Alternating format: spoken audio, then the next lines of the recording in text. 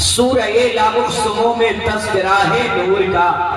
सोहराब भाई आप कलकत्ता से आए हैं, एक वो सोहराब मस्तान है, ये सोहराब मस्तान है। कौन कहता है कि कोहे दूर जल जाएगा तो मूसा बेपनाह हो जाएगा?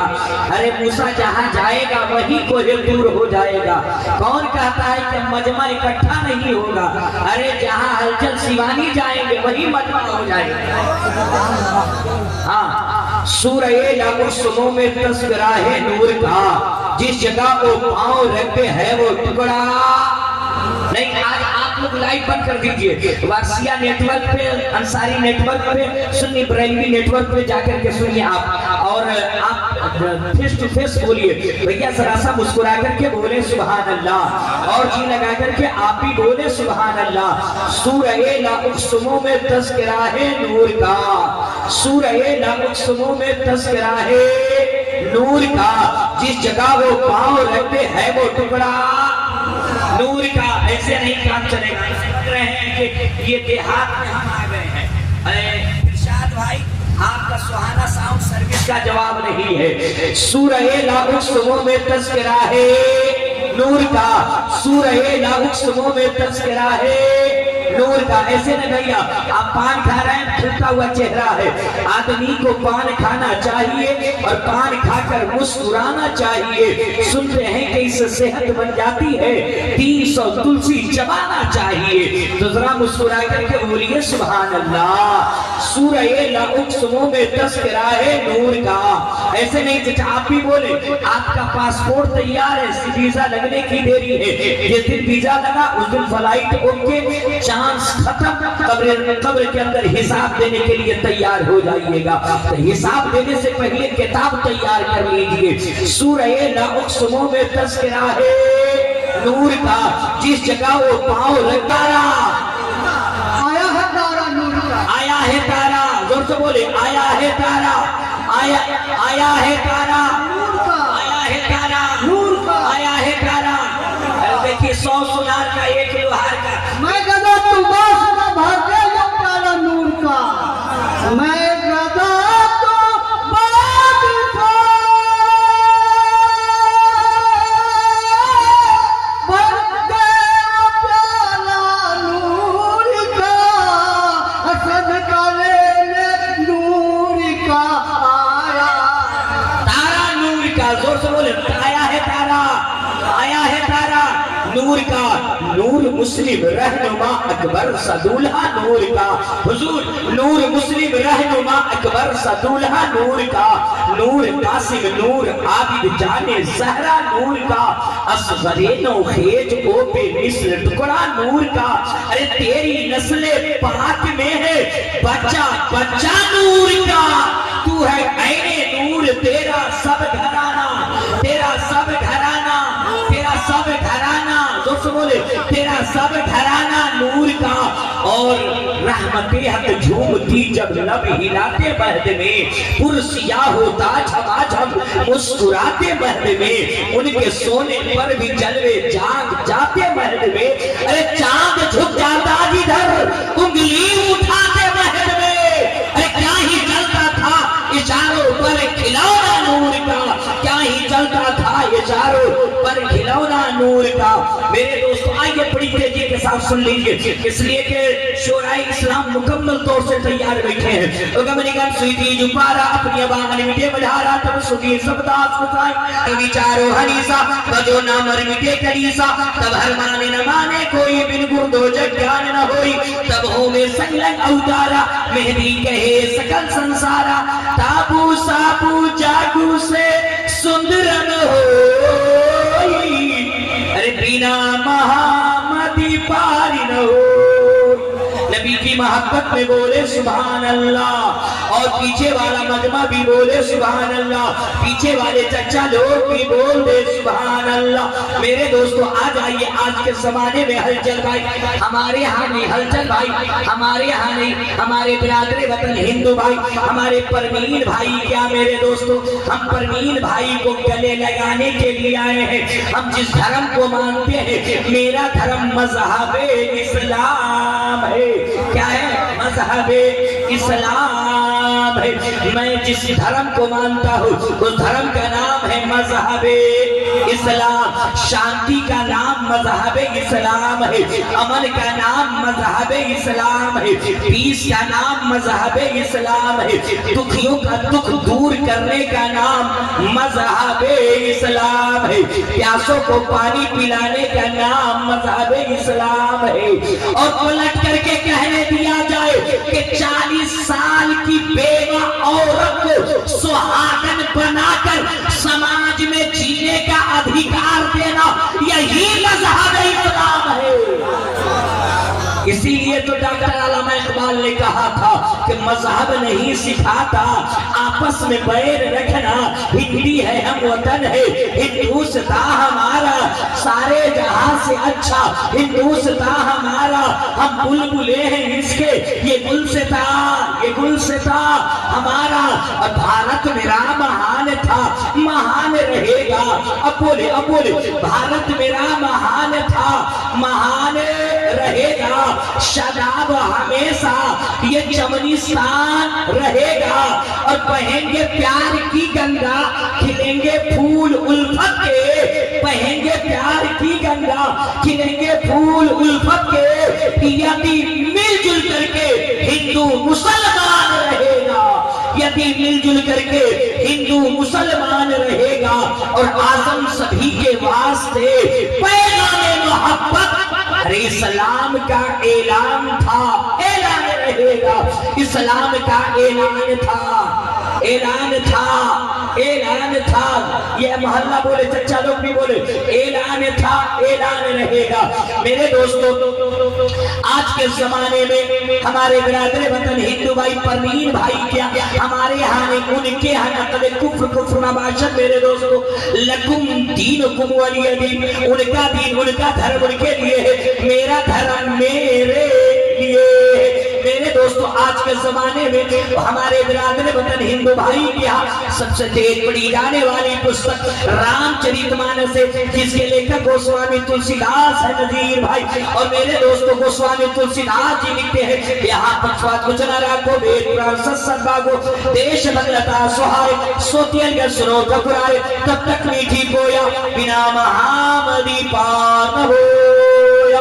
बिन पद चले सुनई विधि गाना, कर गनि करम करई विधि दाना, आनंद रहित सकल रस भोगी, बिन बाणी भक्ता बरियोगी।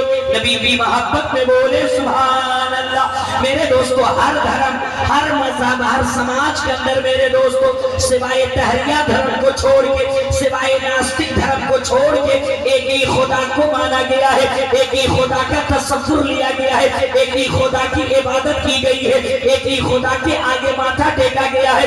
ऋग्वेद का वक्त उठा करके देख लीजिए, ऋग्वेद के अंदर आया है, तुम्हें कम करोरियम, तुम्हें कम शोरियम, तुम्हें कम यगो जगदीश्वरा, यगो जगत गुरु स्रोत सत्य सत्य एकम ब्रह्म द्वितीय निहानास्ते। कुंभ कुंभ कुंभ कुंभ जननीय स्नानम पंडितम गौरानम स्वाहा, ओम भूर्भुवः स्वाहा, ओम गुरु गुरु स्वाहा, ओम देव स्वाहा, ओम मंगलम स्वाहा। आप तो समझ गए? अरे भाई समझ गए?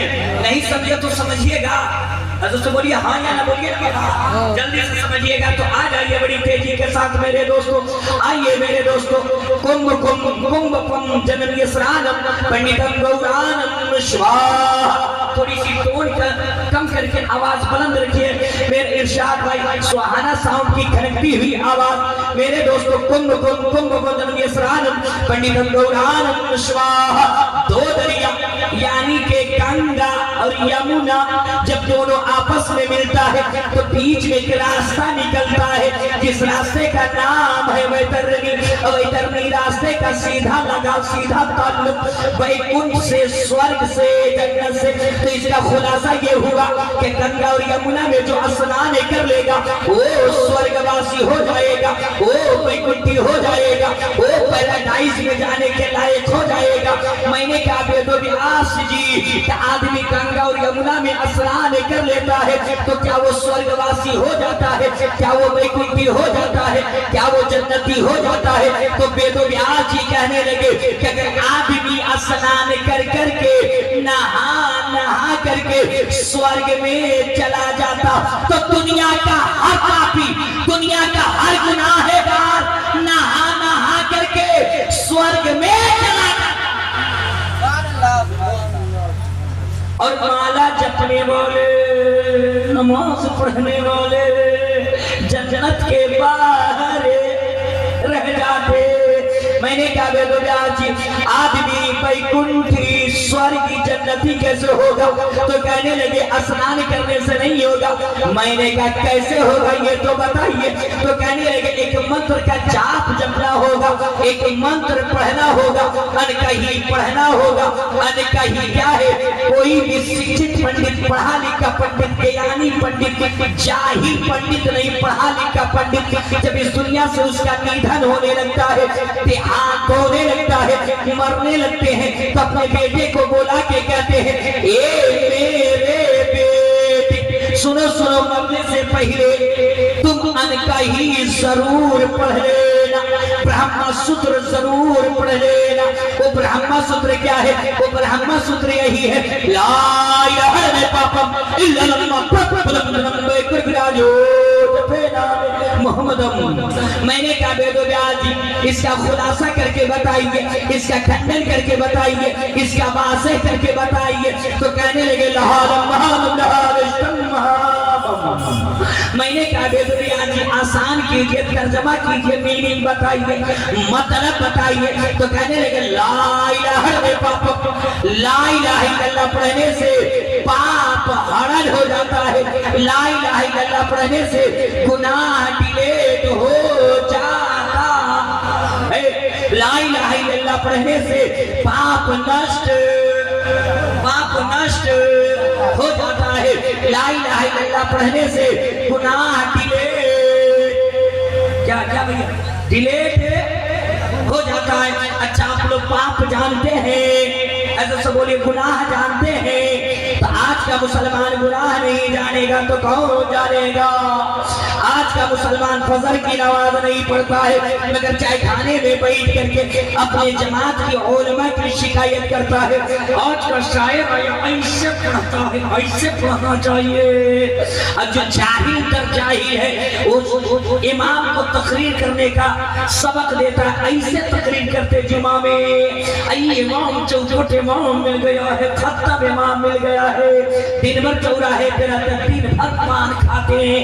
अगर सीधा साधा सूफी से मिजाज का कोई इमाम मिल गया, बच्चों को पढ़ाया, इमामत किया, सोया रहा, तो आज के चच्चा लोग हाथ धो के लोए को साबुन से कहते हैं सुतनवा इमाम मिल गया है, किसी में भलाई नहीं। और आज का नौजवान भी कम नहीं बिगड़ा है हरिचंद साहब।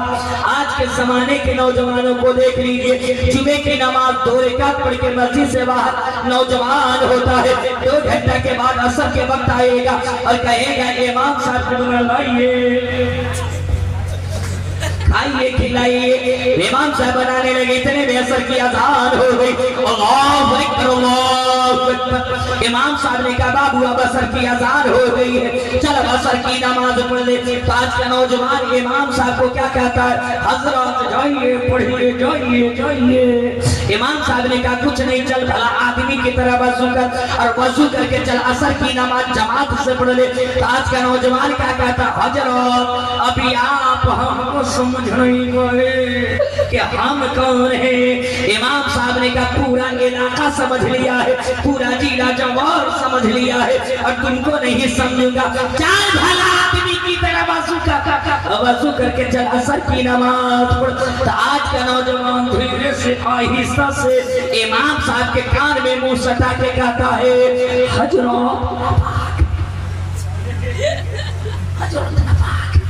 उनके कान में कहिए सुभान अल्लाह। मुफला बात है चाचा आपके पीछे कहिए उनको सुभान अल्लाह।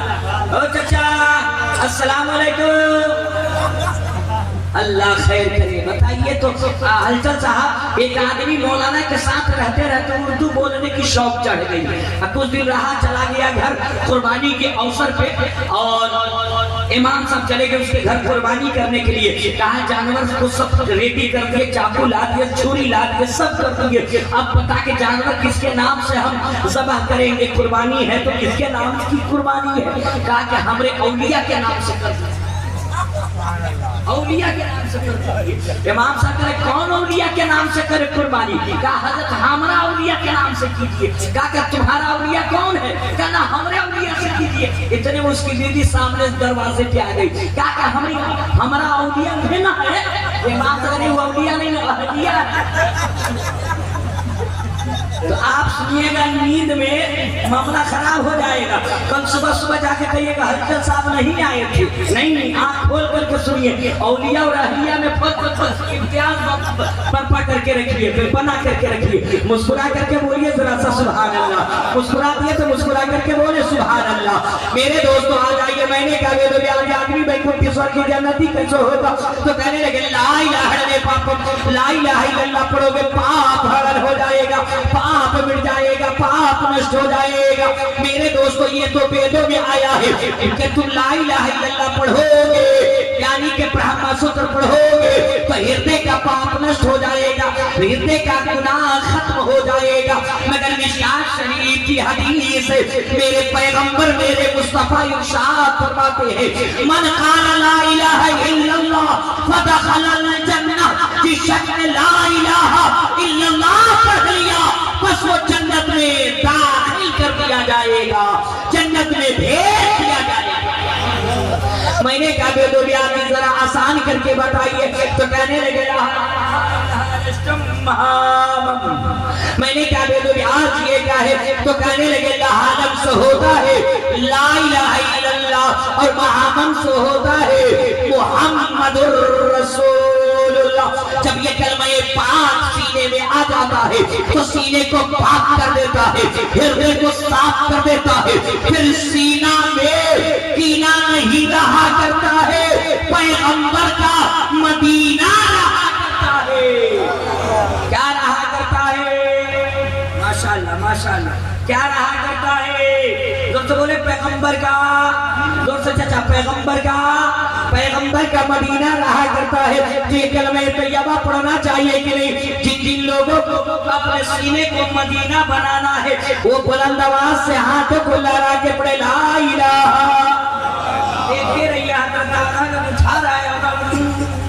मुंह में टॉफी रखा है, कोई देखे या ना देखे साहिबे बाजार देख रहे, हाथों को लहरा के पढ़िए ला इलाहा, नींद को भगा करके पढ़िए ला इलाहा इल्लल्लाह मुहम्मदुर रसूलुल्लाह। नारे तकबीर, नारे रिसालत, उर्से मुक़द्दस, पीरे तरीक़त, नकीबे अहले सुन्नत, शायरे अहले सुन्नत, नारे तकबीर, नारे रिसालत। मेरे दोस्तों अगर आ जाइए, बड़ी तेजी के साथ आ जाइए। और मेरे दोस्तों एक बात बताइए कि हम लोग किस मुल्क में रहते हैं? भैया किस मुल्क में रहते हैं? जोर से किस मुल्क में? किस मुल्क में? हिंदुस्तान में रहते हैं। तो जोर से बोले जो कहना किस मुल्क में? हिंदुस्तान कहिए, भारत कहिए, इंडिया कहिए, आर्या कहिए, जो कहना कहिए। एक लिया गया फजल हुआ रहमान, जो कहना है कहिए। मगर आज कहिए किस मुल्क में रहते हैं? जो से बोलिए ना, ये मुल्क सूफियों का मुल्क है, ये मुल्क ख्वाजा गरीब नवाज का मुल्क है। तो गरीब नवाज के मुल्क में रहते हैं। तो जरा सा बोले किस मुल्क में? हाँ, दयारे हिंद में सूफी समाज चलता है। दयारे हिंद में, दयारे हिंद में, दयारे हिंद में सूफी समाज चलता है। इसी के ज़ेरे असर सारा काम काज चलता है। दयारे हिंद में, दयारे हिंद में सूफी समाज चलता है। इसी के ज़ेरे असर सारा काम काज चलता है। और जनाब आपकी हुकूमतें तो अभी की हैं, अरे यहाँ तो सदियों से ख्वाजा का राज चलता है। यहाँ यहाँ सदियों से ख्वाजा का राज चलता है। जनाब आपकी हुकूमतें तो अभी की है, यहाँ तो सदियों से ख्वाजा का राज चलता है। मेरे दोस्तों, इसी मुल्क हिंदुस्तान के बगल में एक मुल्क है जिसे दुनिया के नक्शे में श्रीलंका कहा जाता है। जोर से बोले, ये काठमांडू के बगल में है। कहाँ है? आपके कर्नाटक। अच्छा भला मैसूर था हजरत, अच्छा भला मैसूर था, अब हो गया कर्नाटक। कौन रोकता है? कर्नाटक है ना। अच्छा भला मैसूर था, सहाबे वलियों का एक जमघड़ा था, एक मजमा था, मगर उसको मैसूर को हटा के कर दिया कर्नाटक। वो नाटक में कोई काहे को रोकने जाए, जैसा चाहिए वैसा कीजिए। अंग्रेजों का दिया हुआ नाम कर्नाटक। क्या है? कर्नाटक है ना। मगर मेरे दोस्तों, उसी केरल, उसी कर्नाटक के बगल में एक मुल्क है जिसे दुनिया के नक्शे में श्रीलंका कहा जाता है। उसी श्रीलंका की धरती पर नकल कुफ्र नवाशद मेरे दोस्तों, हमारे बिरादरे वतन हिंदू भाई के बहुत बड़े महात्मा, बहुत बड़े पुरोहित, जिनको हिंदू समुदाय के यहाँ शंकर जी कहा जाता है और उन्हीं को महादेव जी भी कहा जाता है। एक रोज कैलाश की पर्वत पे बैठे थे और उनकी पत्नी पार्वती बैठी हुई थी। नारे तकबीर, नारे रिसालत, खड़े हो जाइए। पीरे तरीका देखिए, हजरत आगे अकबर हुसैन के साथ पीरे तरीकत को लेकर महादेव जी बैठे थे और उनकी पत्नी पार्वती बैठी हुई थी। पार्वती से महादेव जी कहने लगे, हे मेरी पत्नी पार्वती, तू जानती है इस दुनिया के अंदर एक बालक जन्म लेने वाला है, एक अंतिम अवतार आने वाले हैं, एक अंतिम ऋषि मुनि आने वाले हैं, एक मसीहा आने वाला है, एक पैगंबर आने वाला है।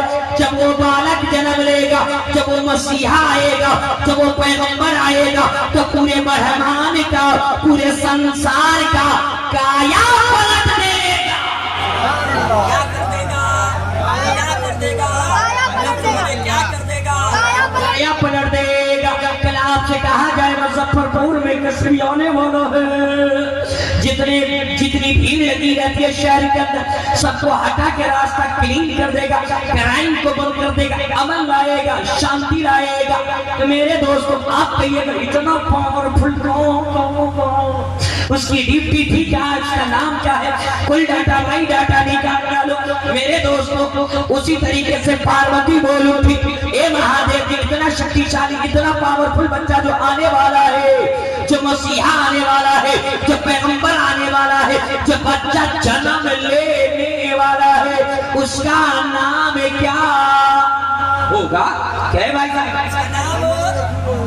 क्या होगा? तो जवाब मिला, ये मेरी पत्नी जो बालक जन्म लेने वाला है, उसका नाम होगा ओ तारम मोहम्मद इंदर मित्र। और जिस गांव में आएगा, जिस शहर में आएगा, उस शहर का नाम होगा शम्बलगरा। दाता का प्रयास की युग युग महा संतोषम महा प्रथम महा बलवतम महा। भैया आप आगे ही बैठ कर सो रहे हैं। एक आदमी की हलचल, भाई नई शादी हुई, उसकी बीवी बड़ी खूबसूरत मिली, 7 भाइयों में एक बहन थी, 7 भाइयों में एक बहन खाते पीते घर की थी। अब जब वो शादी होकर उसकी आई तो मियाँ ने कहा, इस घर में मेरी हुकूमत चलती है, मैं हाकिम की हुकूमत का, ओके आप जो कहिएगा सरकार वही होगा। तो मियाँ बोला कि इस घर में वही बनेगा जो मैं कहूँगा। क्या बनेगा? सिर्फ दाल और रोटी बनेगी। दाल और हम कहे खाएंगे, कहना दाल रोटी कंटिन्यू। अब बेचारी डर करके नहीं लवेली थी, 3 महीना दिन दाल रोटी खाई, सूख करके छोहाड़ा हो गई। जब वो अपने मैके गई, भाइयों ने पूछा, रे तुमको खाने के लिए न देता था, खा तुमरा गई है, कहाँ ब्याह कर दिए, शादी हमारी कर दिए आप? हाँ बताइए, कंटिन्यू 3 महीने दाल रोटी खाए हैं। वो कहता है कि दाल की फजीलत बताता है, दाल खाने से गैस्ट्रिक नहीं होती है, गैस नहीं है, ये है वो है, खिला खिला कर बुआ दिया। भाइयों को शरारत सूझी। कहा सुनो, जब तक तुम हो रहो, जाने लगना तो जाने लगेगी तो मुझको कहेगी। कहा ठीक है। जब जाने लगी तो कहा हमें जा रही हूँ, कहा नींद की गोली है, आज रात उसको दाल में घोर के पिला दो। अब बेचारी गई, दाल में घोर के पिलाई। 4 भाई इसके काले लिबास में पूरा मुंह हाथ बांध करके पहुंचे। जब वो बेहोश हो गया, उसको कफन पहना कर दूसरे कमरे में ले जाके लेटा दिया। जब उसकी नींद टूटी, बेहोशी से फारिग हुआ तो देखा कि भाई हम मैं कफन में हूँ, 4 आदमी खड़ा है। काम कहाँ है? कहा तुम मर गए हो, दूसरी दुनिया में आ गए हो। तो कहा है क्यों घेरे हो? कहा कि तुमसे सवाल जवाब होगा। कहा क्या सवाल है? कहा बताओ अल्लाह की नेमतों में से तुम क्या क्या खा के आए हो? तो कहा कि हुजूर हम कुछ नहीं खाए, सिर्फ दाल रोटी खाए हैं। एक मारो 50 कोड़ा, खाली दाल खाया है। अब फिर दूसरा पूछा कि क्या अल्लाह की नेमतों में से क्या खा करके आए हो? कहा हुजूर हम सिर्फ दाल रोटी खाए हैं। कहा गोश्त क्यों नहीं खाया, मछली क्यों नहीं खाया? मारो 50 कोड़ा दाल खाने की वजह में। अब बेचारा बेहोश होकर चित हो गया और उसके भाई चले गए। फिर जहाँ सोया था वहीं लाके सुला दिए। जब उसकी बेहोशी टूटी तो उसकी बीवी बोली सरकार क्या बने? दाल रोटी बने। दाल की अजा बड़ी सख्त है, वो मत पकाओ, फरिश्ता बड़ी मारता है दाल खाने की, है ना।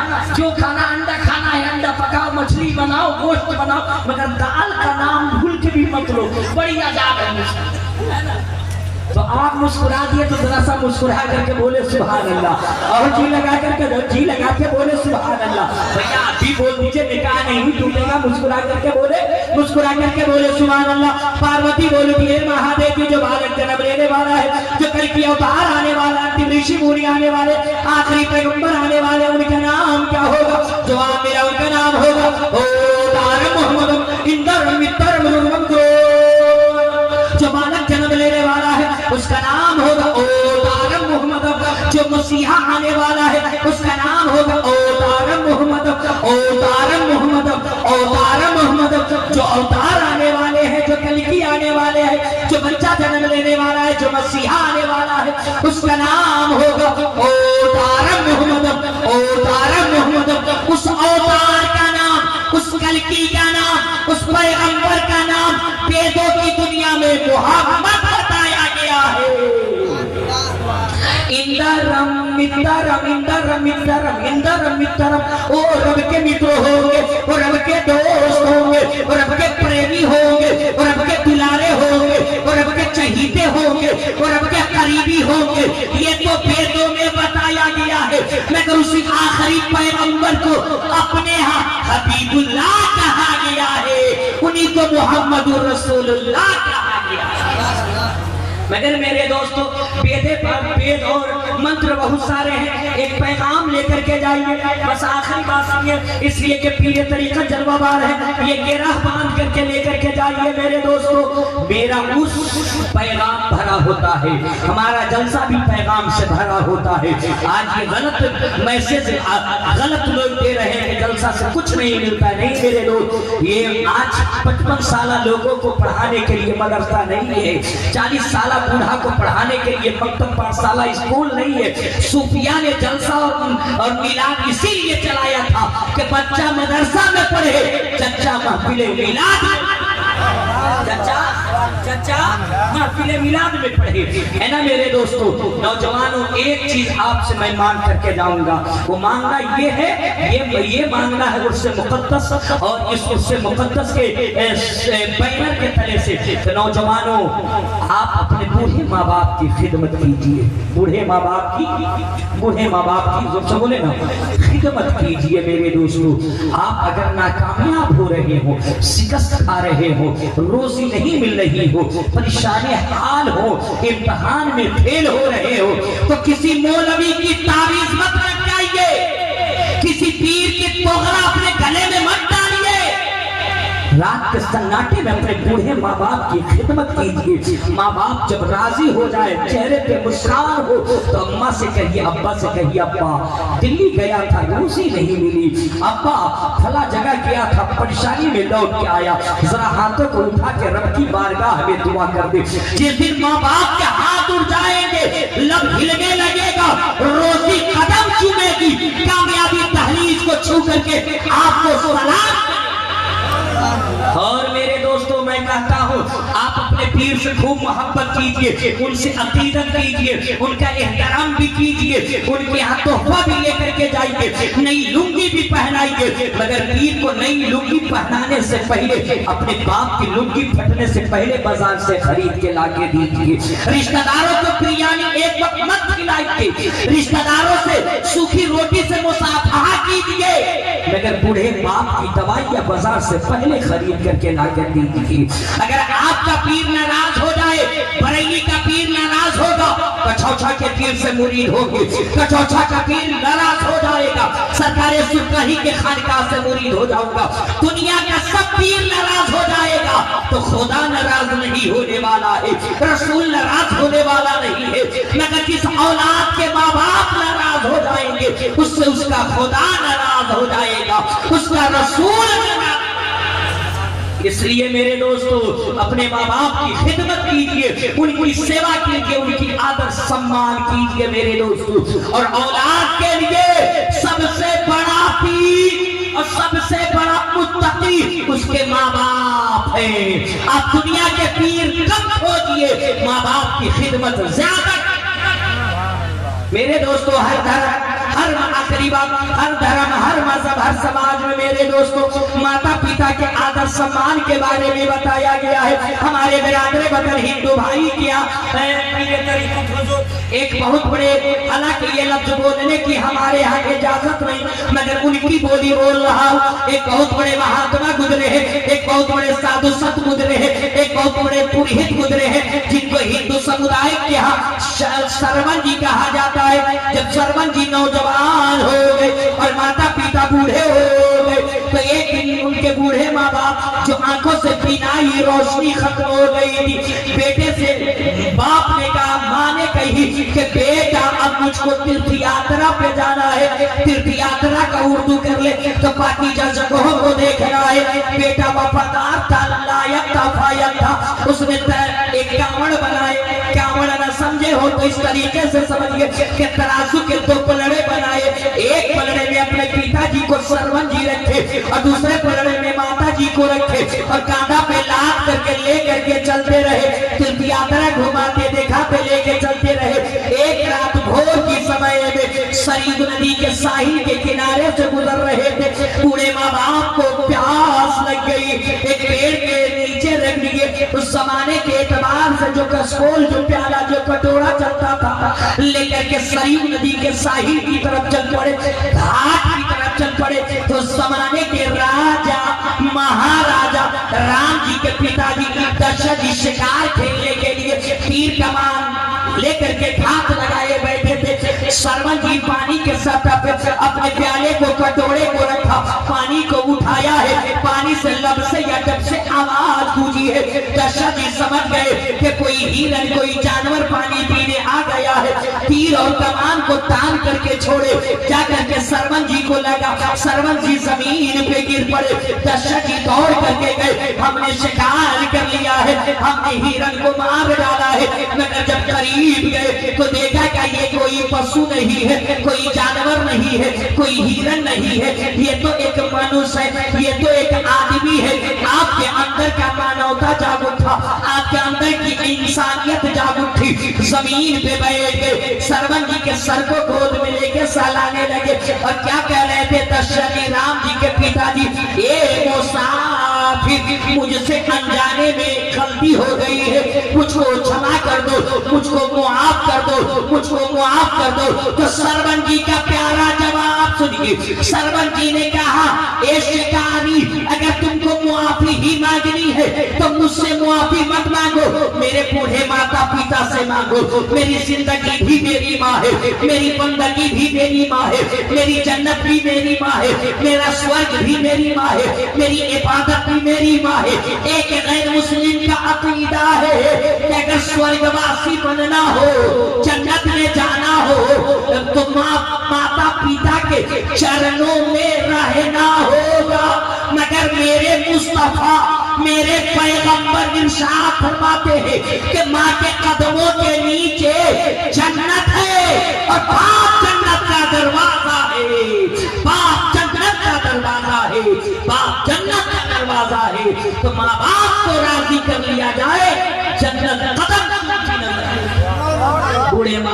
की खिदमत कीजिए, बूढ़े माँ बाप की सेवा कीजिए मेरे दोस्तों, और अपने माँ बाप से हुस्न इखलाक के साथ पेश आइए, अच्छा व्यवहार कीजिए, अच्छा उनसे सलूक कीजिए मेरे दोस्तों। दुनिया रूठती है तो रूठने दीजिए, मगर माता पिता को राजी रखिए, माता पिता को खुश रखिए। ये खुश है, पूरी दुनिया की नेमत आपके कदमों में रहेगी। मेरे साथ पढ़िए अस्तगफिरुल्लाह रब्बी मिन कुल्ली ज़ंबिन व अतूबु इलैहि। ला इलाहा, ऐसे नहीं ऐसे नहीं ऐसे नहीं। एक हाथ सरकार सुरकाही के नाम पर उठे और दूसरा साहिब मजार के नाम पर उठे और हाथों को लहरा के पढ़िए ला इलाहा। हाथ अल्लाह, जिन लोगों ने हाथ उठाया, शाहकार वफा अब्बास अलंबरदार के बाजू जैसा कुव्वत इनायत अता फरमा। हाथों को लहरा के बोले या रसूल अल्लाह, और लहरा के बोले या रसूल अल्लाह। नारे तकबीर, नारे रिसालत, पीरे तरीक़त, नक़ीबे अहले सुन्नत, नारे तकबीर, नारे रिसालत। मेरे साथ पढ़िए अस्तगफिरुल्लाह रब्बी मिन कुल्ली ज़ंबिन व अतूबु इलैहि। ला इलाहा इल्लल्लाह मुहम्मदुर रसूलुल्लाह। सीने दिल में जबाने जार का नासूर है, मैं हमें क्या दे नबी से दर्द कम काफू रहे, नुक्ते हर फिक्र जो मिसले कमर मामूर है। ए रज़ा ये अहमदी नूरी का फैज़े नूर है, हो गई मेरी गजल पढ़कर कसीदा नूर का। अस्सलामु अलैकुम व रहमतुल्लाहि व बरकातहू।